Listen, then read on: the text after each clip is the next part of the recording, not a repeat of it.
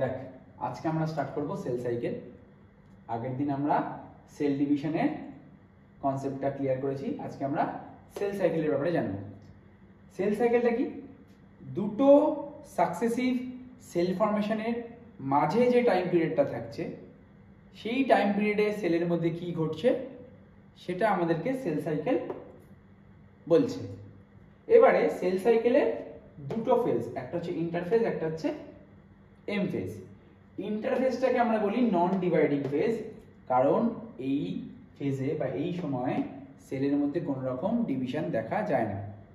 M phase আর mitotic ফেজটাকে আমরা বলবো dividing phase, কারণ এক্ষেত্রে আমরা সেলের মধ্যে ডিভিশনস দেখতে পাই। ঠিক আছে, এবারে ইন্টারফেজে সেলের মধ্যে কি হচ্ছে, সেলটা সাইজে গ্রো করছে, সেটা হতে পারে ভলিউমে, হতে পারে শেপে, হোয়াটএভার, সেলটা সাইজে গ্রো করে ইন্টারফেজে। ঠিক আছে, নেক্সট কি, সেল নিজেকে প্রিপেয়ার করে নেক্সট সেল ডিভিশনের জন্য। কি বললাম? ইন্টারফেজের সময় সেল নিজেকে প্রিপেয়ার করে নেক্সট সেল ডিভিশনের জন্য। আর এই ইন্টারফেজ যেহেতু নন ডিভাইডিং ফেজ, তাই এটাকে আমরা রেস্টিং ফেজও বলবো, কারণ এই সময়তে সেল চুপচাপ শান্ত হয়ে বসে থাকে, শুধু এটা প্রিপারেটরি ফেজ যেখানে সেল নিজেকে প্রিপেয়ার করে। ঠিক আছে, এবার আসছি M phase or mitotic phase, যেটাকে আমরা আর একটা নামে চিনি, that is dividing phase. Dividing phase নামটা শুনে বুঝতে পারছিস, সেল এখানে ডিভাইডার, একটার থেকে দুটো, দুটোর থেকে চারটে, এরকমভাবে ডিভাইড হতে থাকে। এই M phase is nothing but of mitosis cell division. M ফেজে মাইটোসিস সেল ডিভিশনটাই হয়। আমরা আগের ভিডিও দেখেছি যে মাইটোসিস সেল ডিভিশনে একটা প্যারেন্ট সেল থেকে দুটো আইডেন্টিক্যাল ডটার সেলস ফর্ম হয়, তাই না? মনে কর 2n থেকে দুটো 2n লিখেছিলাম, তাহলে দুটো আইডেন্টিক্যাল ডটার সেলস ফর্ম হয় কোথায়? এম ফেজে। আবার একবার মনে করে দিচ্ছি, ধর 2n নাম্বার অফ ক্রোমোজোমস আছে, সেই 2n নাম্বার অফ ক্রোমোজোমসই ফর্ম হয়, এটা ধর প্যারেন্ট সেল, এগুলো হচ্ছে ডটার সেলস। প্যারেন্ট সেলে 2 সেটস অফ ক্রোমোজোমস ছিল, ডটার সেলসেও দেখ 2 সেটস অফ ক্রোমোজোমস থাকছে, তাহলে দুটো আইডেন্টিক্যাল ডটার সেলস ফর্ম হচ্ছে এখানে। ঠিক আছে, এবারে আসছি ইন্টারফেজের আন্ডারে তিনটে ফার্দার ফেজ আমরা জানবো। এই যে ইন্টারফেজের আন্ডারে তিনটে ফার্দার ফেজ আমরা জানবো।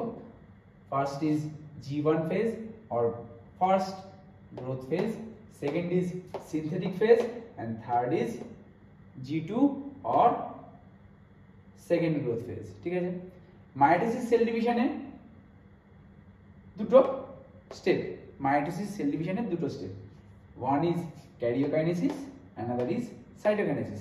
ক্যারিওকাইনেসিস মানে কি? নিউক্লিয়াস ডিভিশন, মানে নিউক্লিয়াস যেখানে ডিভাইড হচ্ছে। সাইটোকাইনেসিস মানে কি? সাইটোপ্লাজম ডিভিশন, যেখানে সাইটোপ্লাজম ডিভাইড হচ্ছে বা ডিভিশন দেখা যাচ্ছে। মাথায় রাখতে হবে মাইটোসিস সেল ডিভিশন যখন হবে, ফার্স্ট কিন্তু নিউক্লিয়াস ডিভিশন হবে, নিউক্লিয়াস ডিভিশন কমপ্লিট হওয়ার পরেই সাইটোকাইনেসিস বা সাইটোপ্লাজম ডিভিশন স্টার্ট হবে, তার আগে নয়। তাহলে আমি পুরো জিনিসটা যদি একবার রিভাইজ করিয়ে দিই, আবার বলছি, সেল সাইকেলটা কি? দুটো সাকসেসিভ সেল ফরমেশনের মাঝখানে যেই টাইম পিরিয়ডটা থাকছে, সেই টাইম পিরিয়ডে সেলের মধ্যে কি ঘটছে সেটা আমাদেরকে সেল সাইকেল বলছে। সেল সাইকেলের দুটো phase, one is interphase and another is M phase or mitotic phase. Interphase means non dividing phase, কারণ এখানে সেল ডিভাইড হয় না, সেল বেসিক্যালি একটা রেস্টিং ফেজে থাকে, আর এক্ষেত্রে সেল নিজেকে প্রিপেয়ার করে নেক্সট সেল ডিভিশনের জন্য। এম ফেজ আর মাইটোটিক ফেজে কি হয়? মাইটোসিস সেল ডিভিশন হয়, যেখানে দুটো আইডেন্টিক্যাল ডটার সেলস প্রডিউস হচ্ছে। আমরা মাইটোসিস সেল ডিভিশন আগেও জেনে এসেছি, 2n that means diploid sell থেকে যে ডটার সেলস গুলো ফর্ম হচ্ছে, সেখানেও ডিপ্লয়েড সেলস দেখা যাচ্ছে বা ডিপ্লয়েড নিউক্লিয়াস দেখা যাচ্ছে। এবারে আসছি ইন্টারফেজ। ইন্টারফেজের আন্ডারে ফার্দার তিনটে ফেজ দেখা যাচ্ছে বা ফার্দার তিনটে টাইম পিরিয়ড দেখা যাচ্ছে। ফার্স্ট হচ্ছে G1 phase or first growth phase, second is S phase or synthetic phase, third is G2 phase, that is second growth phase.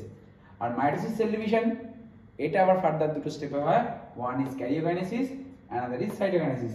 Karyokinesis means karyo টার্মটা এসেছে ক্যারিয়ন থেকে, ক্যারিয়ন মিন্স নিউক্লিয়াস, তার nucleus ডিভিশনকে আমরা বলবো karyokinesis, and cytoplasm ডিভিশনকে আমরা বলবো cytokinesis.